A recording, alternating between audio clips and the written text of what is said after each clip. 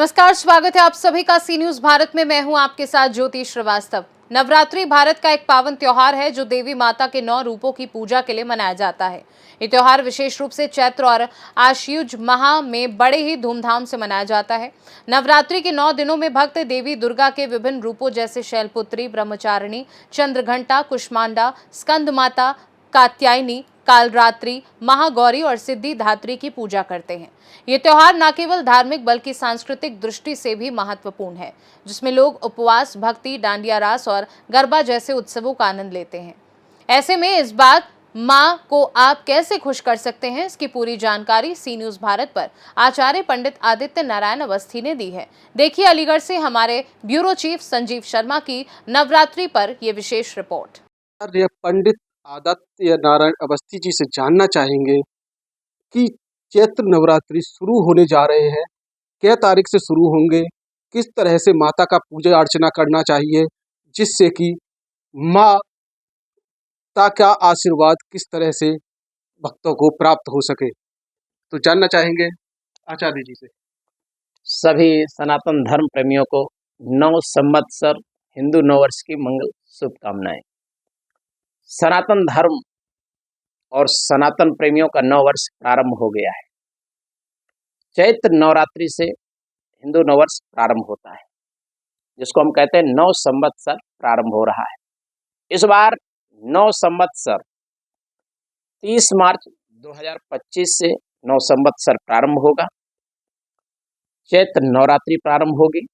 किस प्रकार से हम माँ भगवती को मनाएंगे, कैसे हम करेंगे माँ भगवती का पूजन, नवरात्र में किस प्रकार से मैया का पूजन करना चाहिए, किस प्रकार से माँ भगवती को मनाना चाहिए, क्या दुर्लभ सहयोग होगा, कितने वर्षों बाद दुर्लभ सहयोग बन रहा है, और हमें किस प्रकार से अपनी माँ को और माँ दुर्गा को मनाना चाहिए जिससे कि हमारे जीवन में माँ का आशीर्वाद प्राप्त हो सके।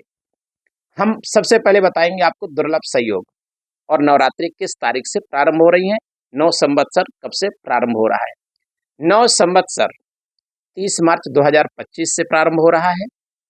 इसी दिन से चैत्र नवरात्रि भी प्रारंभ हो जाती है। 30 मार्च 2025 रविवार को नवरात्रि प्रारंभ हो रही है और 6 अप्रैल रविवार को नवरात्रि, उस दिन नौमी तिथि होगी और नौमी तिथि को नवरात्रि समाप्त हो रही है। रेवती नक्षत्र के दुर्लभ सहयोग से नवरात्रि प्रारंभ होंगी। बहुत अच्छा दुर्लभ सहयोग है। रेवती नक्षत्र अपने आप में विशेष है, सर्वस्व है, और जो हम संकल्प लेते हैं वो हमारे कार्य अवश्य पूर्ण होते हैं अगर हम रेवती नक्षत्र में कोई भी पूजा प्रारंभ करते हैं। इस बार चैत्र नवरात्रि रेवती नक्षत्र के दुर्लभ सहयोग से प्रारंभ हो रही है। 30 मार्च को प्रतिपदा है और 30 मार्च से नवरात्रि प्रारंभ हो रही है। प्रतिपदा दोपहर 12:49 तक रहेगी। 5 अप्रैल को अष्टमी है, 6 अप्रैल को नौमी है। इस संवत्सर के राजा और मंत्री का कार्यभार सूर्य संभालेंगे। सूर्य ही राजा होंगे संवत्सर के और सूर्य ही मंत्री होंगे। नवरात्रि में माँ भगवती रविवार के दिन नवरात्र प्रारंभ हो रहे हैं, तो हाथी पर सवार होकर माँ भगवती आ रही हैं। हाथी पर माँ भगवती का आना शुभ माना जाता है। धन धान्य की बढ़ोतरी होती है और बहुत अच्छा माना जाता है। कलश स्थापना का शुभ मुहूर्त है।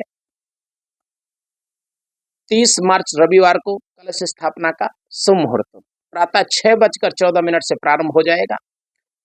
प्रातः 10:22 तक शुभ मुहूर्त रहेगा। इस समय कई ग्रहों की होरा और कई चौघड़ियां भोग करेंगी, जैसे सूर्य, शुक्र, बुध, चंद्रमा की होरा रहेगी। शुभ हो रहा है, बहुत अच्छा रहेगा पूजन करने के लिए।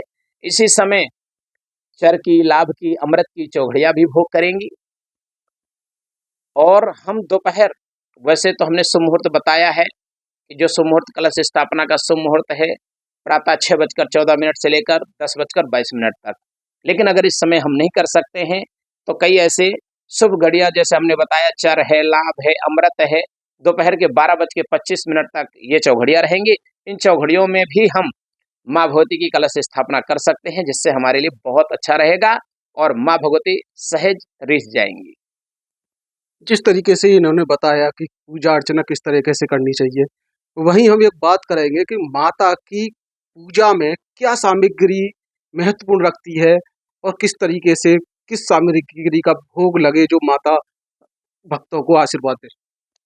देखिए, वैसे तो हमारे सनातन धर्म में जितना चाहे उतना छोटा मानसिक छोटे रूप में पूजा कर सकते हैं और चाहे जितना बड़े रूप में भी हम कर सकते हैं। वैसे अगर आपकी सुविधा है तो किसी विद्वान आचार्य को बुलाकर अपने घर में माँ भगवती की स्थापना कराएं, पूजन करें और दुर्गा सप्तशती का पाठ कराएं। इसके रूप से विशेष महायज्ञ अष्टमी या नवमी जिस प्रकार आपके यहाँ होता है उस प्रकार से करें और कन्या लांगरों को जिमाएं, जिससे आपके घर में आएगा मनचाहा फल माँ भगवती देगी और मनवांछित फल आपको प्राप्त होगा। लेकिन माँ भगवती को लाल पुष्प बहुत ही प्रिय है। डेली माँ भगवती को लाल पुष्पों की माला चढ़ाएं या प्रथमम शैलपुत्री से लेकर प्रथम शैलपुत्री से माँ भगवती के 9 रूप हैं और 9 रूपों में माँ भगवती की पूजा की जाती है। प्रथम शैलपुत्री से माँ भगवती की पूजा प्रारंभ हो जाता है और साथ में माँ गौरी च अष्टमम नवम सिद्धदात्री च तक हम सिद्धदात्री तक हम माँ भगवती को 9 दिन तक मनाते हैं।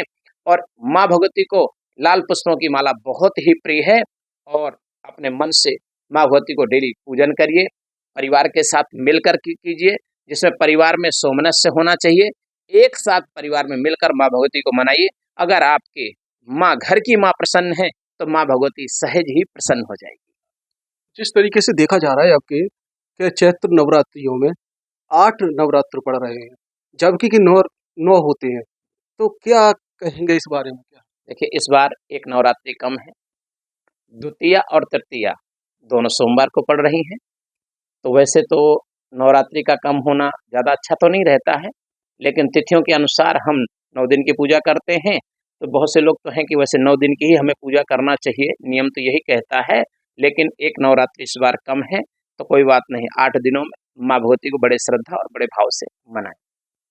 जिस तरीके से आचार्य पंडित आदित्य नारायण अवस्थी जी ने बताया कि माँ की किस तरीके से पूजा करनी चाहिए, अलीगढ़ से सी न्यूज़ भारत चैनल पर देखें एक विशेष रिपोर्ट में संजीव शर्मा ब्यूरो चीफ के साथ। देखा जाए तो नवरात्रि भारत का सबसे पावन और उल्लासमय त्योहार है जो देवी शक्ति के 9 रूपों की आराधना के लिए मनाया जाता है। ये त्योहार चैत्र और आश्वयुज माह में बड़े ही धूमधाम से मनाया जाता है। ऐसे में अगर सही विधि से इस पर्व को मनाया जाए तो परम आशीर्वाद प्राप्त होता है। इस खास रिपोर्ट में बस इतना ही। देश दुनिया की बाकी खबरों को जानने के लिए आप देखते रहिए सी न्यूज़ भारत।